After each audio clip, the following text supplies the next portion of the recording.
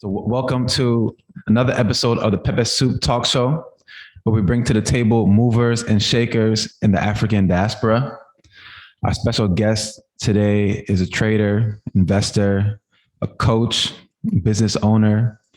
She runs the Stock to Freedom community, and she also has a generally very powerful story as well. And so, we're going to talk to her about her journey, how she got into the market, and lessons learned that we can all take with us as we continue in our own journeys, whether that's in the market or whatever endeavors that we have. And so, welcome, Kiki, Pepe Soup Talk. We're happy to have you here. I love the name, by the way, Pepper Soup Talk. That's so cool. Thank you. Thank you. So getting right into it, can you tell us a little bit about yourself and where you're from? So my name is Kiki. My government is Kiwanya, but everybody calls me Kiki. I'm from Florida originally, but I moved to South Carolina when I was little with my grandmother. So South Carolina, Florida. Carolina, Florida. And how was it growing up in South Carolina? Oh my God. Honestly, I didn't really like it because it was super, super country.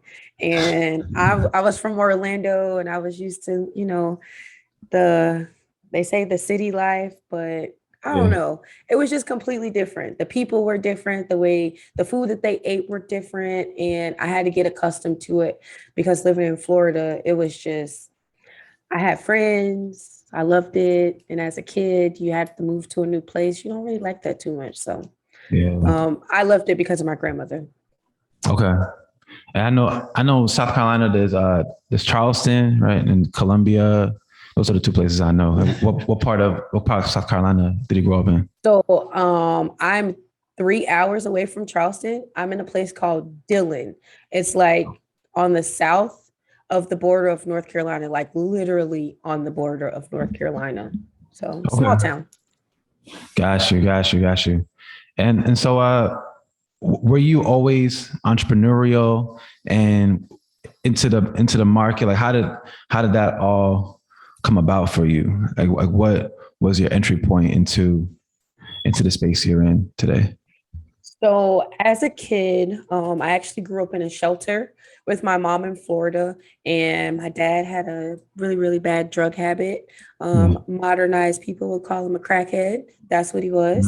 Mhm. So we had no choice but to move to South Carolina. So all my life, I was like, I didn't want to be like my mom, but I wanted to be more so like my dad because he had a hustle mentality. He was a functional crackhead. And you don't see that a lot because, Yeah, you see I drug don't know. addicts, like, right. You see drug addicts on the street. It's like they're always bumming for money. But my dad, he's always had a job, Yeah. but he was always high. So I was like, I want that aspect of his hustle mentality. So when I was in school, I was working at McDonald's, I was working at Shoney's, I was throwing newspapers, and Mm, then I was in every club because I was super, super smart.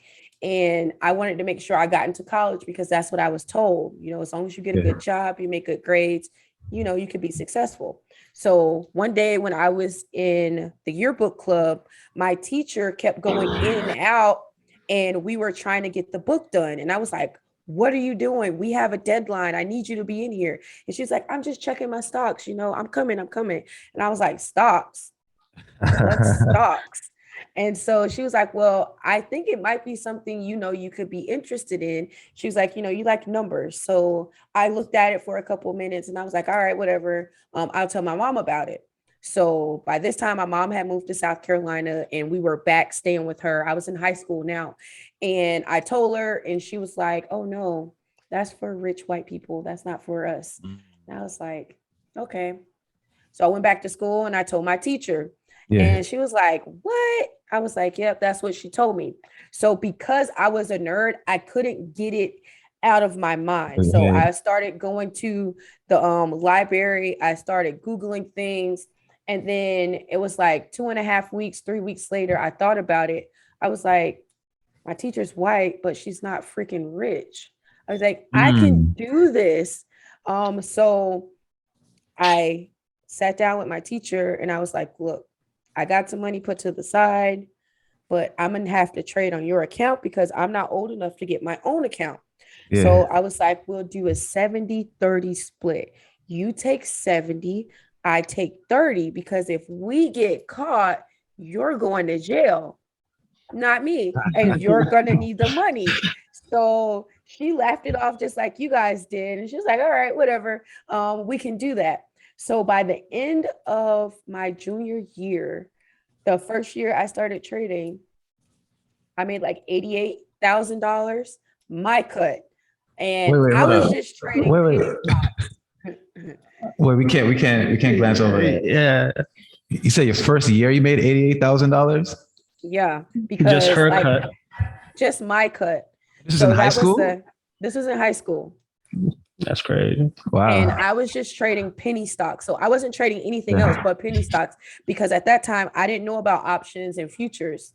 And then as I kept deep diving into the market, I started learning about other ways to make money. So the money that I was making while I was in high school, I was buying properties. I was buying used cars. So I was buying these used cars, and I had a mechanic friend who would fix them up. And then I would sell them to the high school kids and like make them pay me monthly payments with no bank. So it was like I was making money while I was in high school, and I just wasn't doing it in my town because a lot of people knew my mom because she worked at the jail. Okay. And then a lot of people knew my dad because he was a crackhead. So I went to North Carolina to, sell these cars and to tutor people and do homework. So the whole time my mom thought I was selling drugs. So I just let her believe I was selling drugs. That was the only explanation she could think of. Yeah, that's the only explanation. She was like, oh, I know you work at McDonald's, but you ain't making that much money, because I was paying bills. I was buying my brother's school clothes. I was buying school clothes, and she just couldn't account for where the money was coming from. So I never corrected her. I let her think I was selling drugs. Wait, is there a reason why? Or because my family is known drug people. So I just let her think I was in the family business. Got you.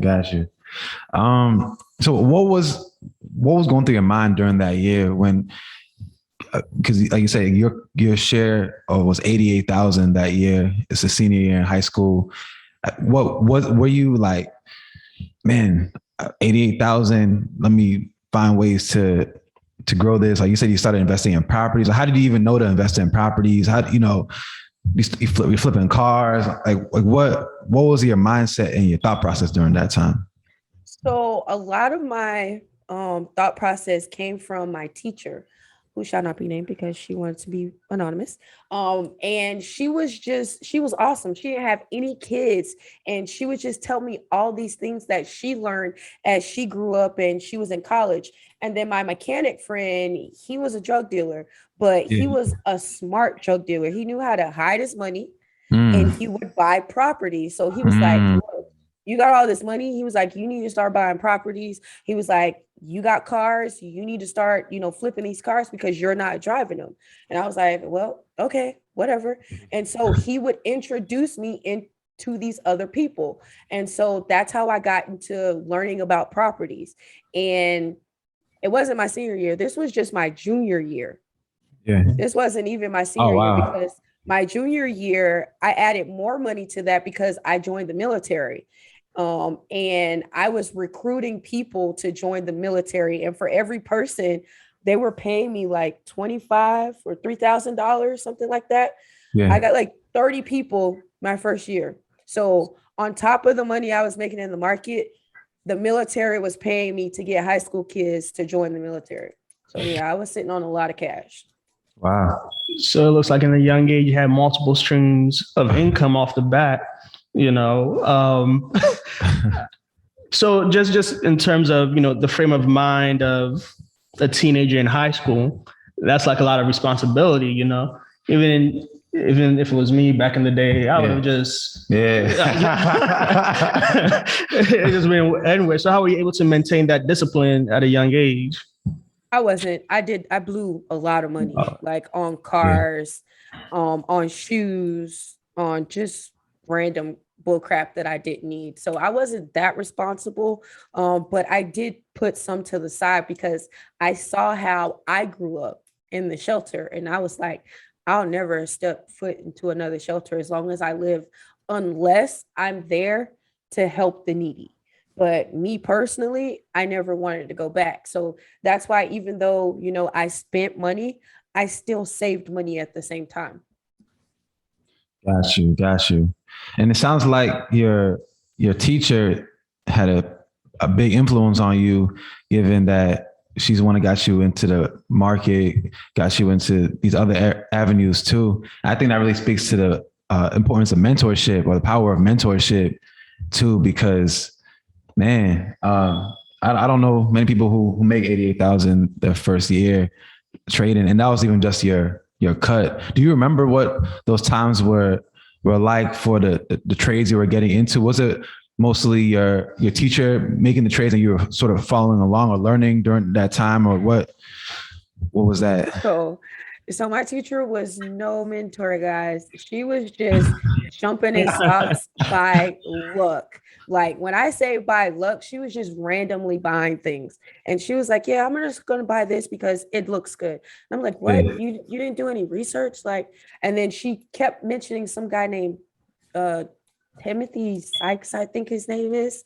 So she was really heavy on following him, and she didn't know anything about the stock market, like, at all. So all the research that I was doing, it was just really paying off.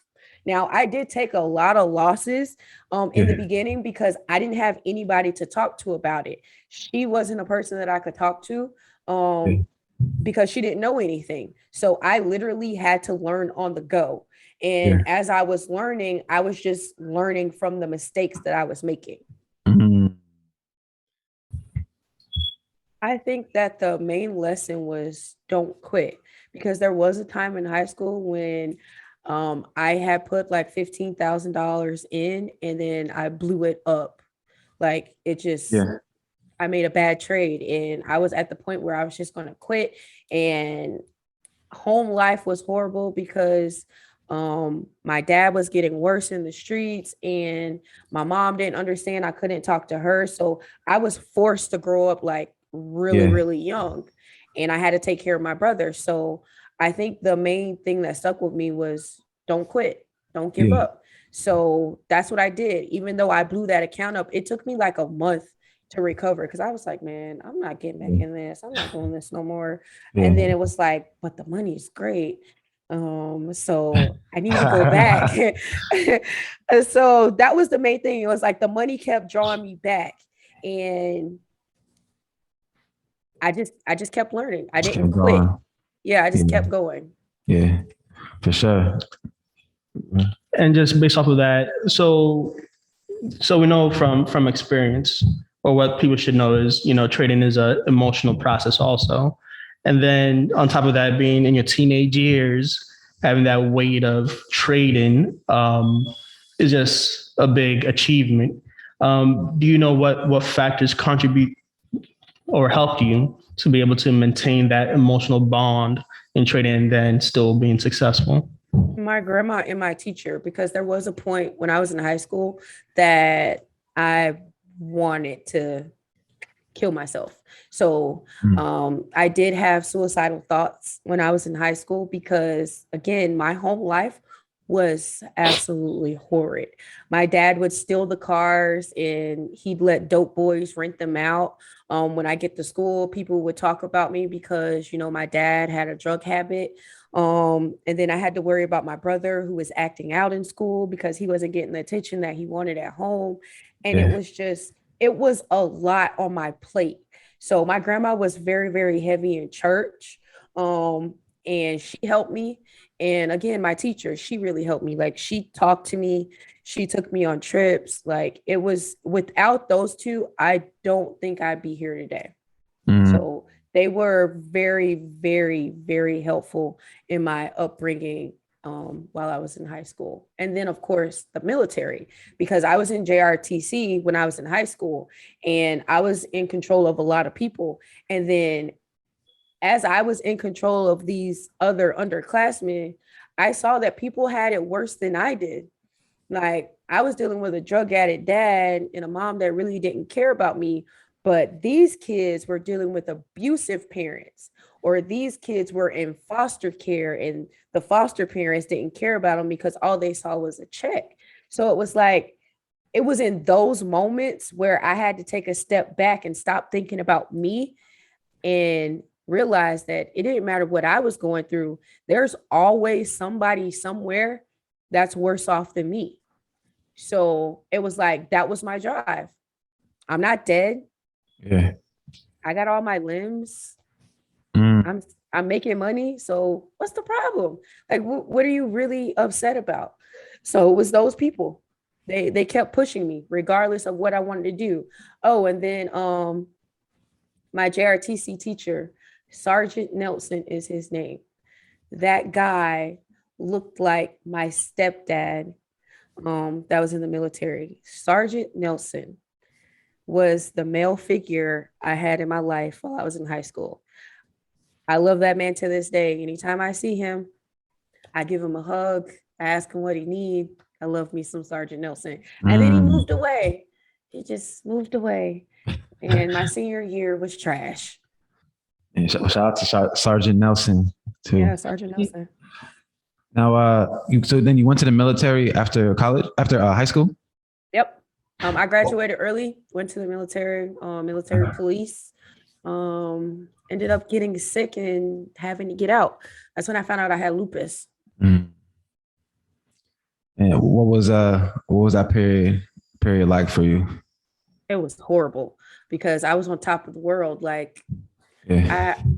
I loved my life. I was running, I was working out. I had a 6-pack. Like life was great. And then it just stopped. Life just froze still because now I'm sick. I got something that I don't know what it is. And I'm still young. I was 21 when I found out I had lupus. Yeah. And I tried to ignore it. Wrong thing to do. And then it just turned my world upside down when I tried to ignore it. I found out after my son was born that I had lupus, and I was in the hospital for the first almost 6 months of his life. Oh, wow. Yep. I couldn't walk. I couldn't talk. I couldn't feed myself. Yeah. And that's when I found out I had lupus.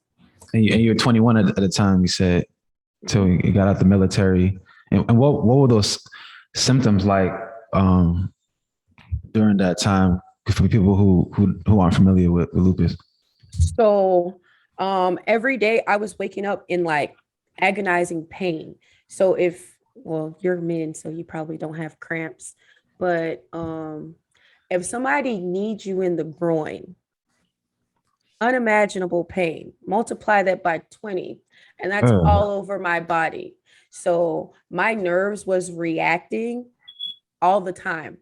And it didn't matter what I was taking, it wasn't helping because this was when I just found out. So I was having flare up after flare up. My inflammation levels were off the charts. There were days that I would wake up and I wouldn't be able to tie my shoes. I couldn't turn doorknobs. I couldn't wash myself because it literally hurt to touch me. Wow. So it was very, very painful. Is that something that after you got admitted and you spent time in hospital that got under control when it comes, like, as far as the pain and whatnot? Because I know that it's something that is, it continues on past when you first get it. Yes. So I didn't see a doctor for the first year. So the way that I coped, my uncle had cancer and he was smoking weed 24/7. So he was like, Kiki, you should try this. I didn't like to smoke. So I learned how to cook with it. So I put it in coffee. I made bread. I made cookies, anything that I could make. That's what was helping me with the pain. So until I got to see my doctor, I thought it was going to get better. Complete opposite. They gave me all these medicines and it made my hair fall out. The medicine made me gain a whole lot of weight. So my confidence that was high, it completely depleted. And it was like I had to learn who I was all the way over again, because when I looked in the mirror, I didn't recognize myself. And that alone is a lot. Wow. And you were in South Carolina at the time? Yep, I was still in South Carolina. Got you. Because I couldn't go anywhere else. I mean, that's just a lot to handle at any point in time. And just in this particular journey, having that kind of news, who are some of the influential people helping you along? I know you mentioned your uncle, but was there any other persons? Honestly, my only motivation at that time was my son.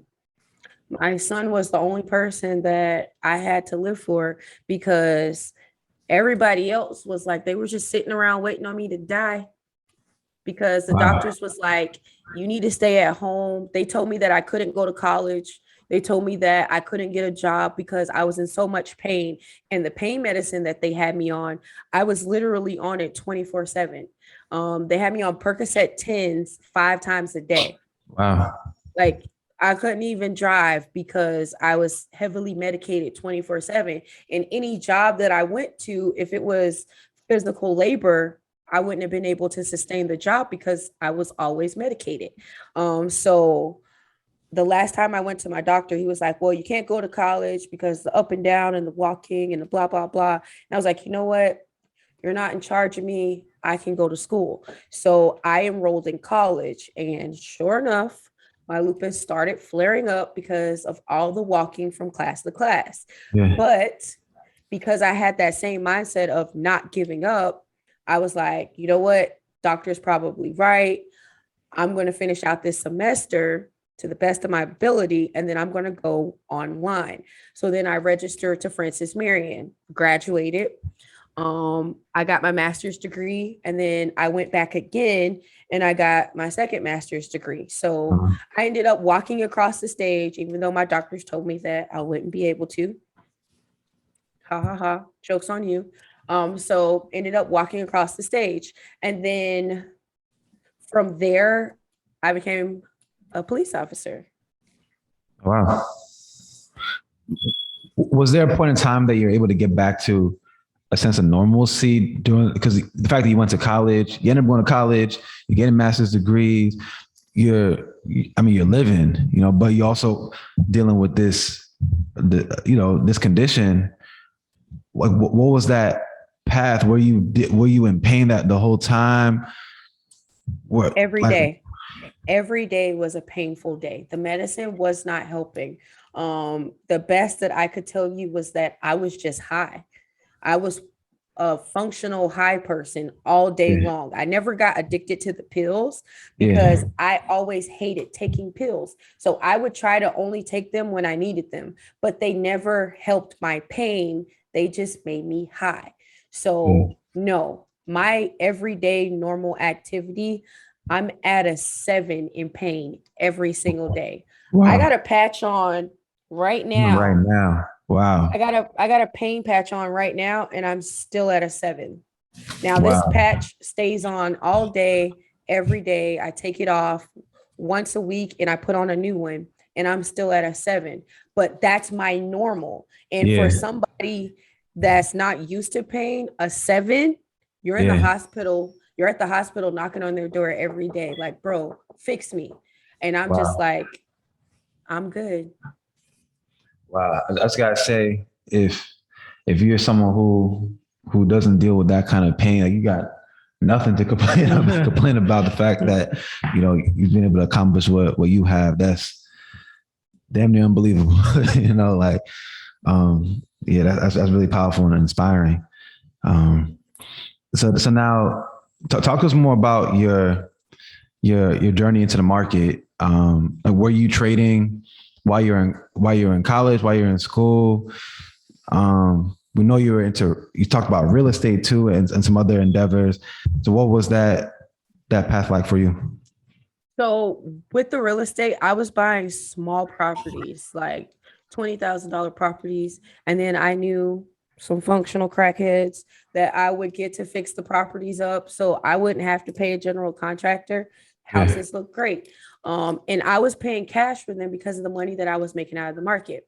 But silly me, I still had my mom in my head because she was like, you need a consistent paycheck. You have a child, blah, blah, blah. You need to go to college. So while I was in college, the things that I didn't want to pay for, I would trade for. When I wanted to go on vacation, I would trade and make 5K in a day. Yeah. And then whoop, I'm going on vacation and go shopping because that's what trading was for. I never sat and thought that I could turn this into a career. I just used it as a side hustle because I was still getting income from the properties and I no longer had the cars because, I couldn't keep up going to the auctions because of all the pain that I was in. So I was still trading throughout. I just never did it full time. Yeah. And when it comes to your trading, I feel like with traders in general, especially new traders who then become amateur and in season, I feel like it's usually a point in time where you go from blowing accounts and being inconsistent to being a consistently profitable trader. In your case, that even from the first year, you're already making good money. However, was there a point in time where there was a switch that kind of went off, where you went from being, let's say, inconsistent to being consistent? I'd say 6 years ago, that switch went off because collectively I've been trading for 16 years. So for the first 10, I didn't give it 100%. I mean, the first three, I was in high school. Well, first two, I was in high school and then military and then college. So I wasn't giving it 100% of my time. But 6 years ago, I started getting more information. I learned about futures. I learned about options. And I was like, okay, this makes sense. And then I started learning different strategies because when I was in high school, there wasn't any strategies. Like I wasn't doing support and resistance. I was just doing my research, learning about these companies, looking at news articles, and then making my positions off of that. I wasn't doing anything as far as indicators go. So that switch went off finally 6 years ago, and I started looking into support and resistance, supply and demand, RSI and MACD. And then I just put my own personality spin on it and turned it into something that I could understand. Now, even before you started taking it serious 6 years ago, it sounds like you were still doing very well with it. Because 5K here and there, having money to pay for things. So there were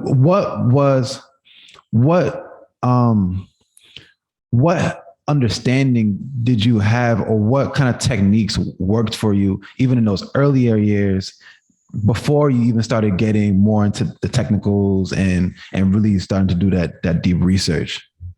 It was news. And now you guys, we call those, I forgot, news traders or some kind of type of trader that you guys trade off of news. So that's what I was doing. It was all about news for me.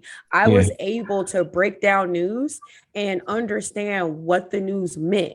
And then I would then research that news and then research that source until I got to the bottom of it. So I figured if it didn't come from the company or somebody that was the voice of the company, then it was merely hearsay. And then of course we all know, buy the rumor, sell the news. So as long as that rumor would be circulating, I would be making money. But as soon as the news actually would be released, I would get out of my positions. Now I'm day trading. Back then I was more so swing trading. I wasn't day trading at all. Until I really found out about options. That's when I was like, oh, this is all about day trading for me. So It was all about news back then, news and research. And then because I got away from it, I started to hate doing fundamental research. Gotcha. And then back then it was all stocks. You were swing trading stocks, like Yep, stock all shares. stocks. Okay. Cool.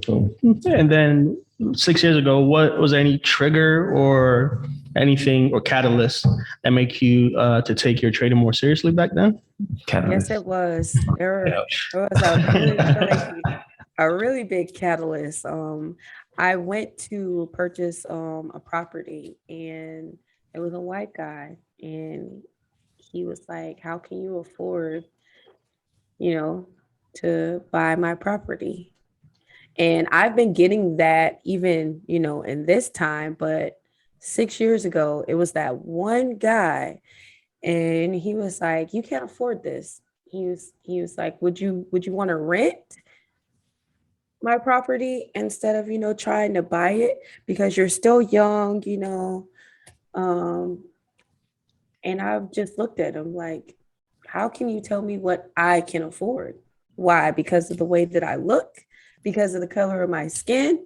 Like, and he wouldn't just outright and say it, but in my mind, I already knew why you were saying that. Yeah. So it was at that moment that I was like, I'm going to get everything that people said that I couldn't have. And that's when I took my entrepreneurship 10 times stronger. That's when I took my rental portfolio 10 times stronger. And it was like, at this point, nobody's going to stop me. I'm going to be the only person I'm in competition with. So I don't care who's doing the same thing that I'm doing. They're not going to do it like me, because I learned early by being in customer service and working at restaurants and waiting on people that if you over deliver, people will flock to you every single time. It doesn't matter what you're doing. If you go above and beyond and you do more than what they expect, you're going to be the person that they call. You're going to be the person that they send a referral to, not X, Y, and Z or Betty and Sue. They're going to send them to you. So that's what I started doing. And then I started selling cars. Selling cars was really my aha moment, because I learned that I didn't need to work at a 9 to 5 and punch a clock. Yeah. I learned how to sell. I learned how to sell myself without selling myself. And that was the game changer for me, because I learned how to negotiate better, which helped me in my real estate deals. And then when I was selling cars, I learned that a lot of African Americans have bad credit. And I didn't know that until I started selling cars. And then I was like, oh, I know what I need. I need a credit company. So all the people that was coming to me to buy a car that couldn't afford to buy a car, I would sign them up in my credit repair company. Once they get their credit straight, I would then funnel them back into my buy a car here with me. I was making money both ways. So it's like I was honestly selling myself in a good way. Yeah, it sounds like you became the bag. A whole bag. Yeah. That's cool. That's cool. Man, so 6 years ago, it seems like that kind of you really turned the switch on and you really put your foot on the gas, and you started going into technicals and really diving deeper into fundamentals. What would you say when it comes to, let's start with technicals first. What would you say when it comes to technicals makes the biggest difference? Is there a particular indicator or a particular strategy, or is it kind of a combination of things that you think makes a difference? I don't use indicators. That's all about support and resistance. It's all about support and resistance. Yeah. Support and resistance is the most simple and most basic thing that a newbie trader can learn, because you don't have to learn, oh, what's this chart pattern? This is a double bottom. This is a doji. This is a black crow. I don't know the name of them because I don't know them. But it's like support and resistance. You just have to find the levels. The levels don't move. The stocks do. Because I can run off every level in Tesla. And I'm telling you, when it gets to that level, it'll have a level of consolidation. And then that's the deciding factor. Is it going to break it or is it going to stand still? Every single time. Right now on LRCX, special levels 594. Every single time LRCX gets to 594, if it doesn't break it, it goes down to 589. After 589, you got 572. If it doesn't break 572, it's going right back up to 594. After that, you got 603. After 603, you got 613. The levels don't change. The stock just moves. So it's like, if you can learn that, you can dominate a chart. And then you just add more pieces to the puzzle, because I think people get caught up in, I need all these indicators, but they forget that that's just one piece. You got to also add in the news, and then you got to add in the fundamentals. Is it a quality company? So support and resistance is your bread and butter. Now, when it comes to that, the support and resistance, right? You talk about you have the different levels, and it's a question of, is it going to break or is it going to bounce? Now, how do you come up with your strategy for where you're going to set your stop loss, or whether you're going to take the trade, or whether you're going to wait to see if it breaks or not breaks? I think that's a place where a lot of traders have a challenge knowing, okay, when do you take that trade or when do you let it go, and the mindset around it, you know? So when it comes to stop losses, I think a lot of people get the misconception that every stock you can have the same stop loss, and that's not true, because I'm a lover of Tesla. I've married it. I've already accepted my fate. Stock bay. Yeah, that's stock bay. But I can't use the same stop loss on Tesla that I'll use on the SPX, because the SPX will clap you from here to kingdom come. And I'll use like a 50% stop loss on Tesla and it'll bounce back. Versus if I use a 50% stop loss on the SPX, I'm just done, dead in the dirt. RIP. It ain't coming back probably. Yeah. So every stock, I have a different stop loss. And then I think where a lot of traders mess up is they stay in positions longer than they should because they get greedy. I mean, if you work a 9 to 5 and your monthly salary is $3,000 and you see that you have $5,000 in one day, that's like, oh no, I can't sell. It's going to keep going. It's going to keep going. Don't sell. It's going to keep going. And it's like, they get greedy. And it's like, why? Why do you get greedy? You take your profit and go. Like, I have this saying, you can never go broke taking profits. Like, ever. I know there's that saying, was it pigs get, or bulls make money, bears make money, pigs get slaughtered. Right. Now, with that, do you have a specific target percentage when you take your trades? Do you know the outcome? I want to get out here specifically, or I want to get out at this particular percentage specifically, or is it trade by trade? Honestly, when I first started, I was doing like 75% target. And then I realized I was putting a cap on what I could make. Once I cut that off, I just play it by ear now. It's like, okay, I get into this trade. If I get in at 1, I already have the expectation that it's going to go to 3. So if it gets to 3 and I got 20 contracts, I'll shave 10. Yeah. And then I'll just let the rest ride, because by that time it's free. I already paid for my position. So if it comes back down to 4, I'm going to get out. I'm not going to get out at a loss. And I think that's where a lot of people are messing up. They'll get in at 1 and then they'll shave, or they'll cut some contracts at 4. And then when it starts to pull back, instead of them having a plan, they'll watch it go to 0. Just because you expect 0 doesn't mean you got to watch it go to 0.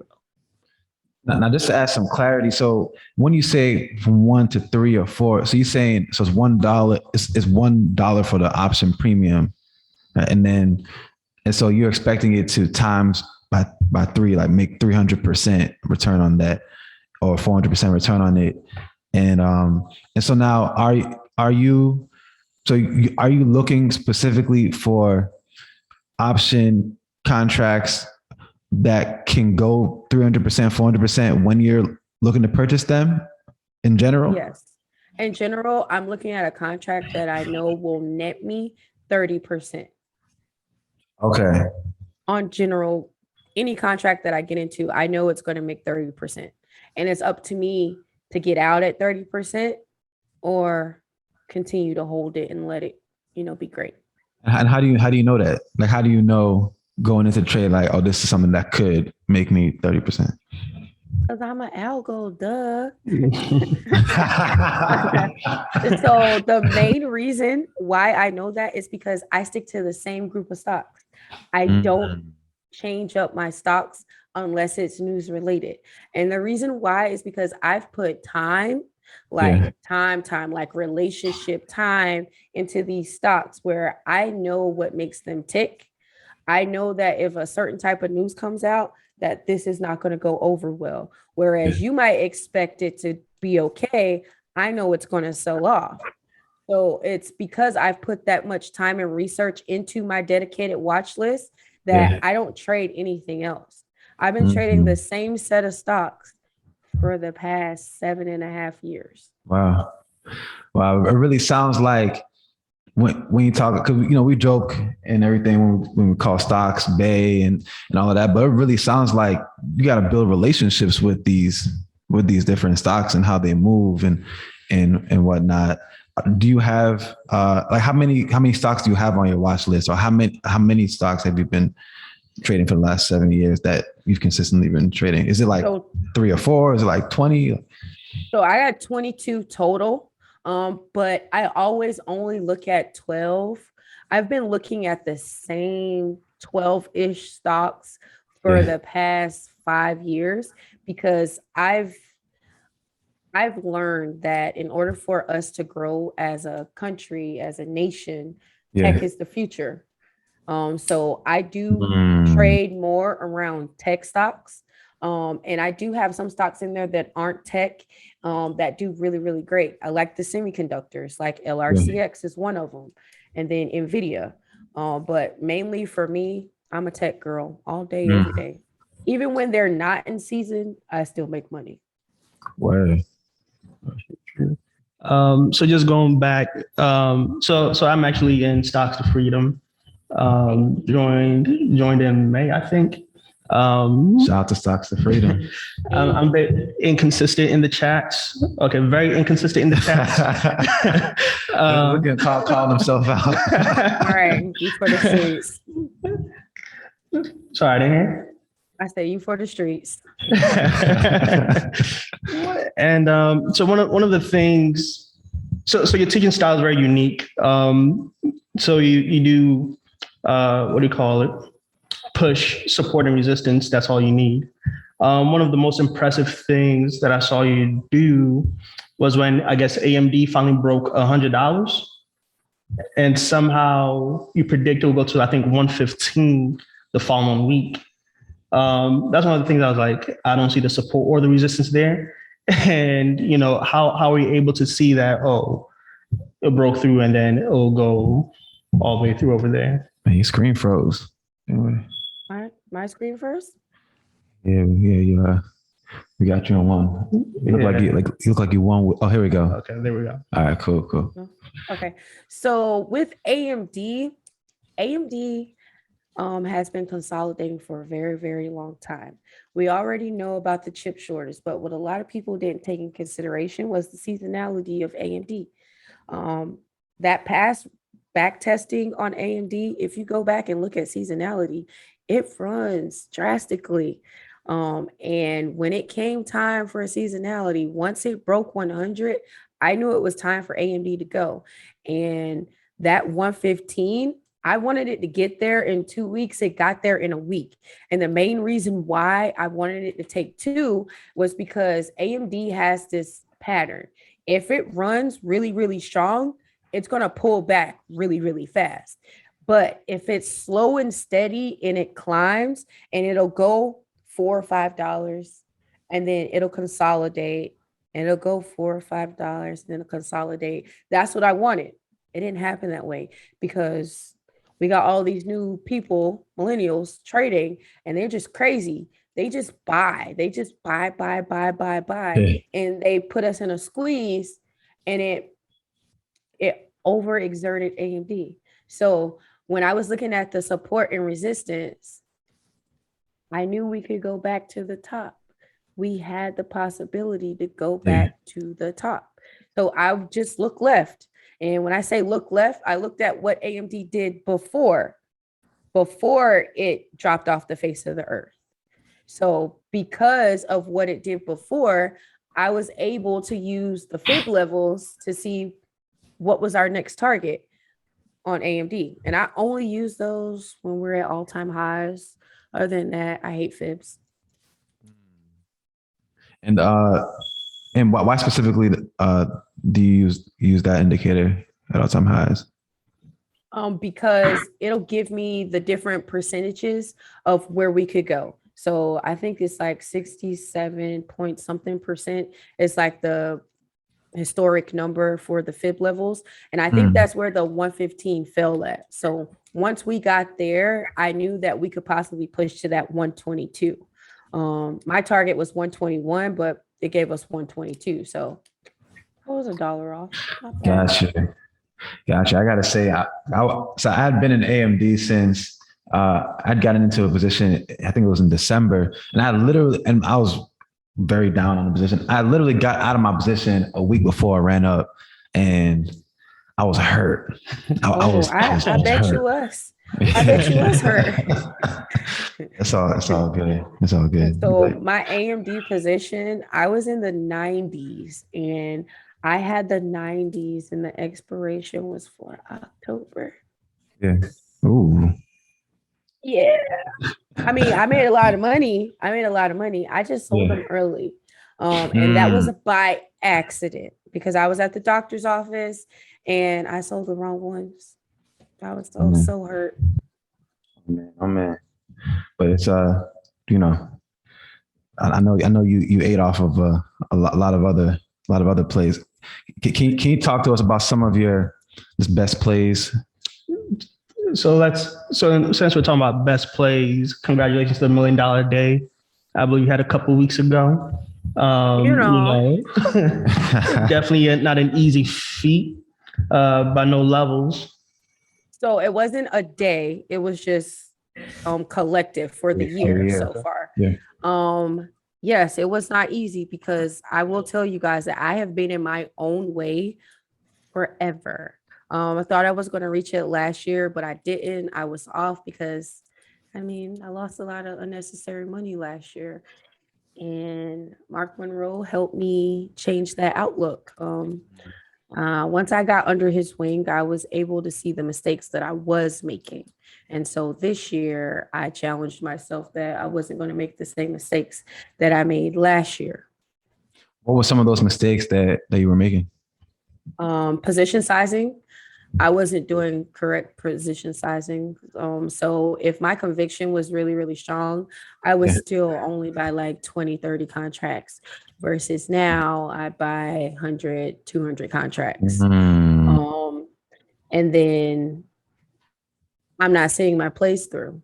So he's in stocks to freedom. He knows if I see profit, I'm out. It's like buy, I'm selling, I don't care.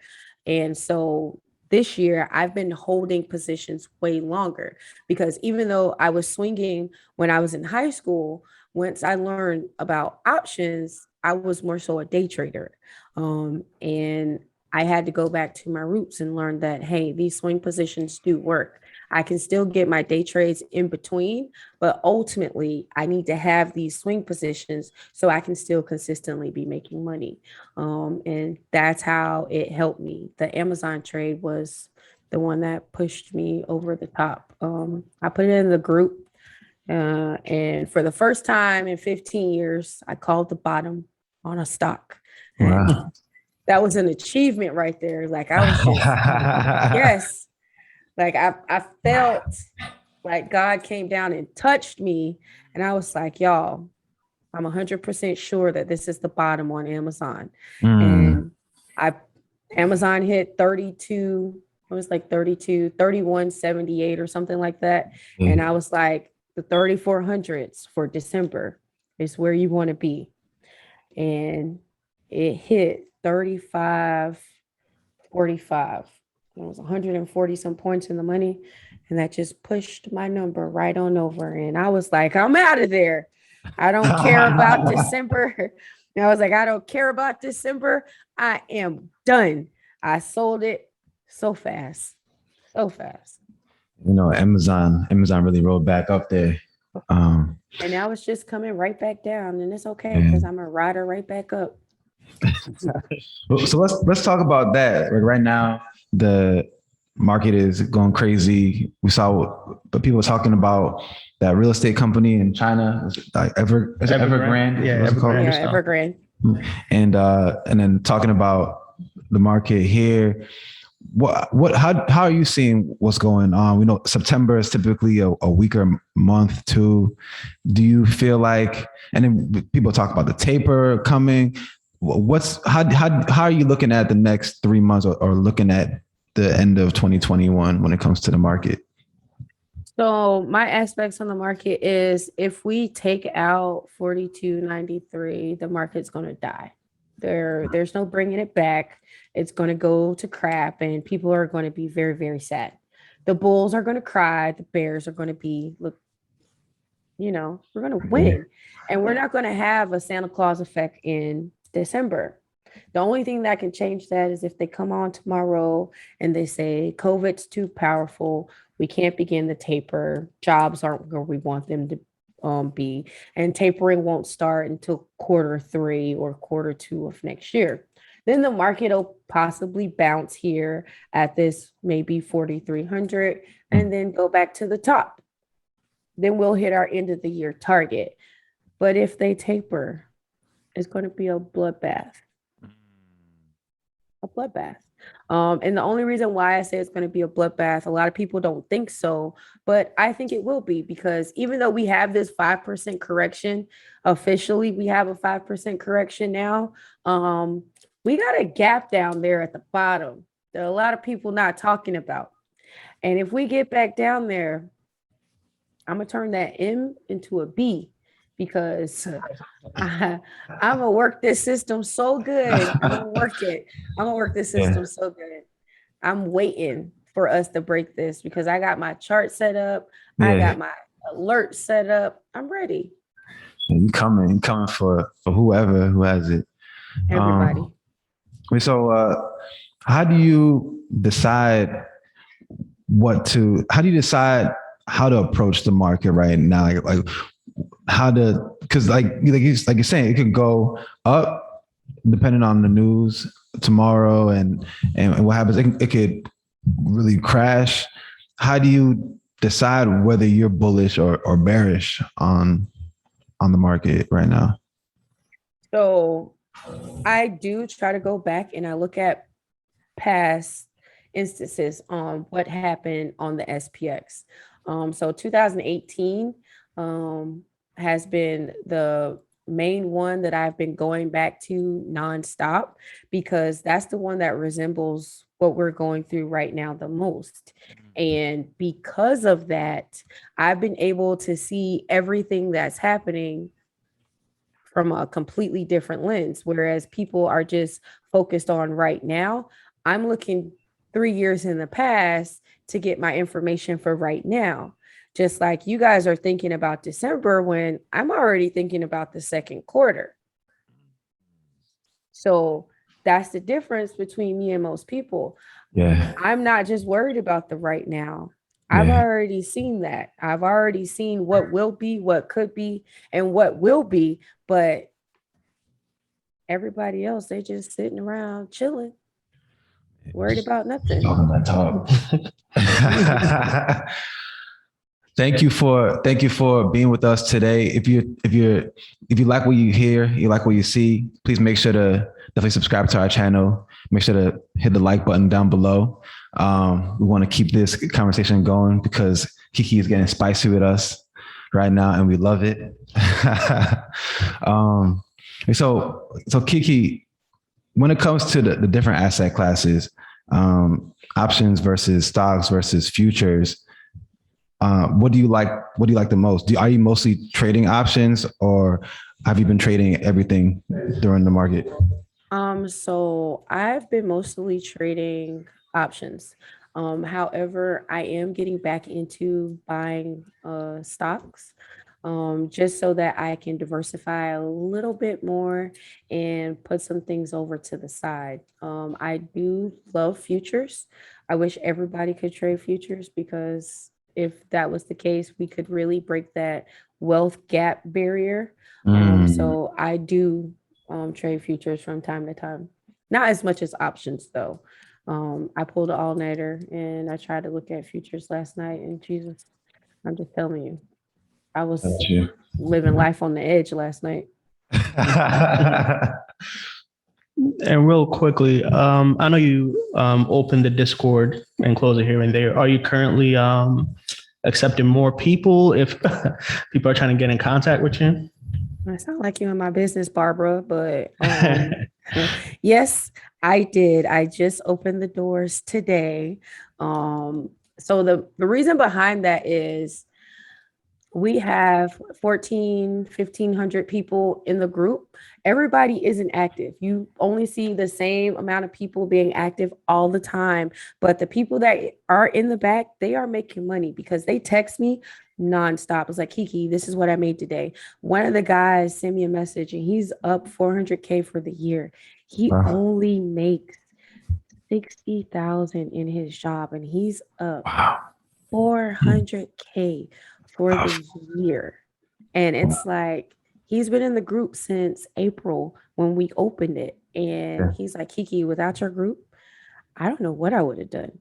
Like, he's been able to pay his house off. He's been able to buy a brand new car. Like, it's a different type of feeling for the people that I'm able to help inside of the group every single day. Like, the stories that people text me, it's crazy, but it puts a smile on my face because it's something that I've never been able to do before. And I would love for the group to get to like 10,000 members because I know that for each person that's in the group, they're going to go tell somebody about the group. And if they don't tell somebody about the group, then they're going to tell somebody about trading. And all I want to do is get the trading aspect in people's ears. You don't have to want to trade, but the fact that you know about it, that might pique your interest. And then you'll want to start trading yourself, or at least do some research on it. Because again, my ultimate goal is to be able to teach the masses, break that wealth gap. Yeah. That's what I want. That's true. And then on top of S2F, do you do some consulting? I know I can been, to Kiki a couple of times. We had our one-on-one back in end of 2020, I think it was. And we spoke futures at the time, and because I was trying to get into futures, and I honestly realized from the conversation with you, I was like, I'm gonna just focus on trying to really master stocks and options first, before spreading my wings everywhere and not flying. So I did that, and I'm in that direction right now. But that was a really helpful conversation that I had with you. And I'm not sure that's still open for others who want to get consultation with you. Just trying to put that plug in there. See, boy, Barbara all up in the business tonight. So I actually stopped the consultations because I have a mentorship program. Now, the mentorship program is just like college. It's going to run consistently every 3 months. So understand, if you don't like to put in work, my mentorship program is not for you, because my current mentees, they probably cuss me out behind my back all the time. The massive amounts of homework that they get, I have tests, I have written tests, I have live trading tests, I have midterms, I have finals. It's just like college. There's no simple way to learn how to trade stocks. Why? Because I want to make sure that that foundation is there. Because a lot of people started building the roof and they didn't have a foundation. Yeah.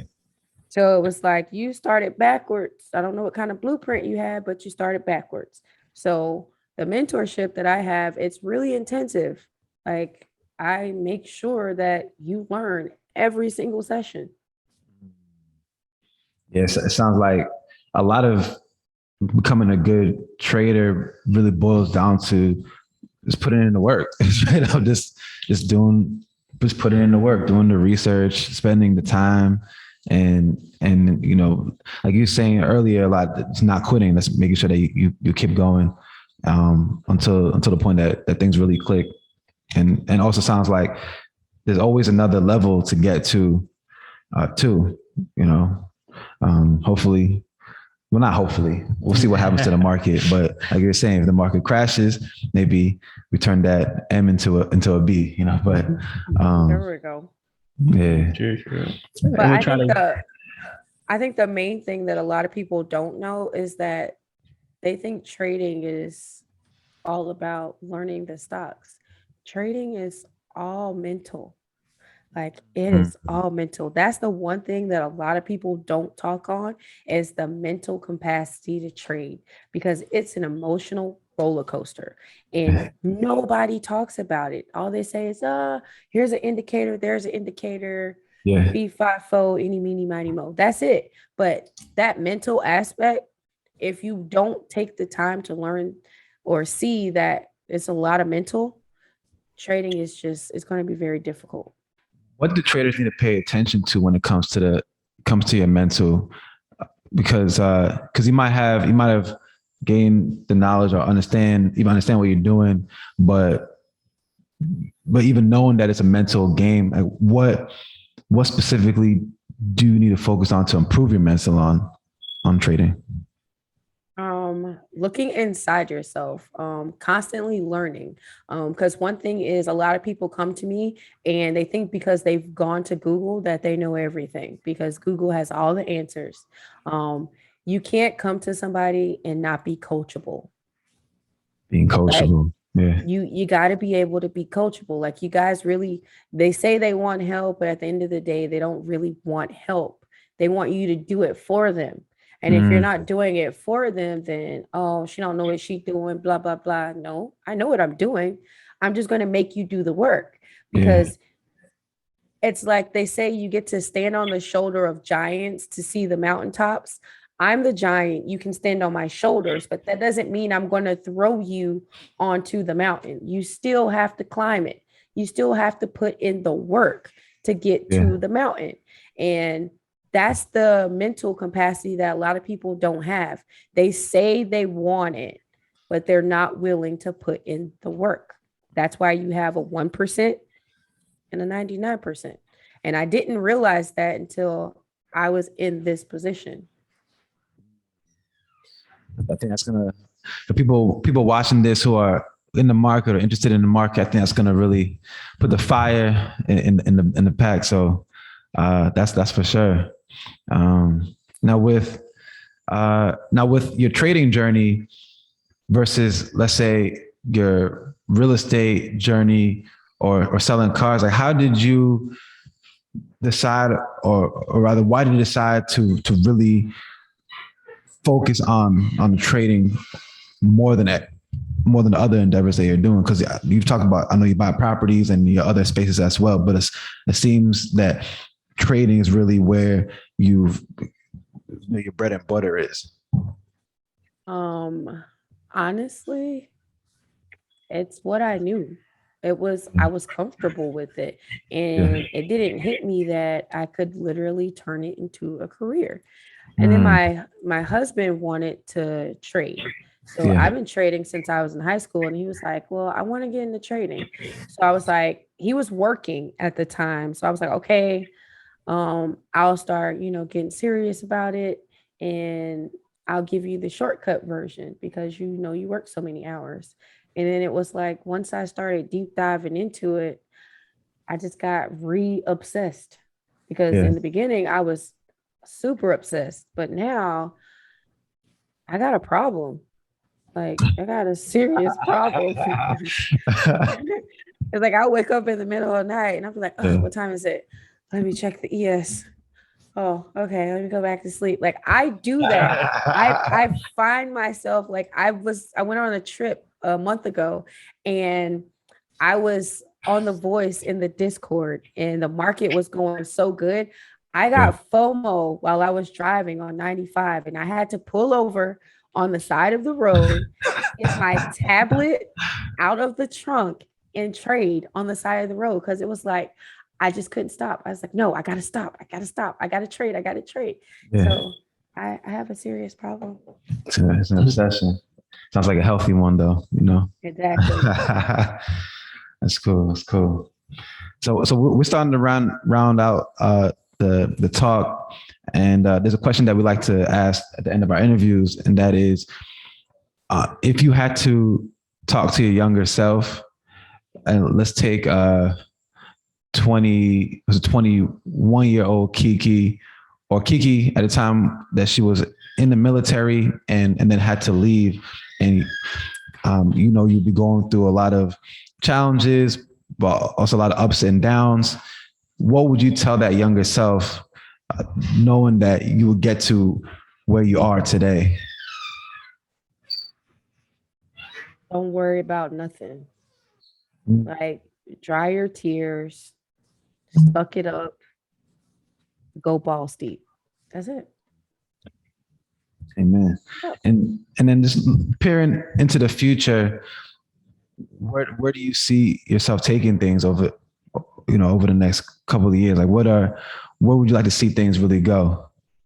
So I'm going to start teaching people about business credit. That's one. I'm going to grow that.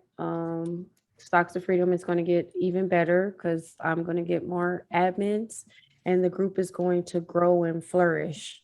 I do want to get guest people in to talk about different things in life. I already have a whole lot of people set up to come in and speak, but I want to make it more than just stocks.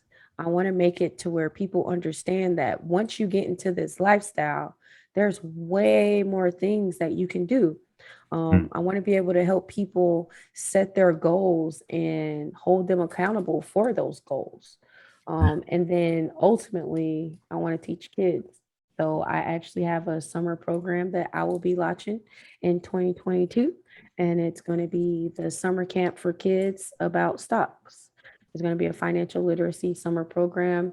I'm going to have another Discord just for kids. And it's going to be Zoom sessions that's going to be held probably 3 times a week, so that they can have something to do during the summertime.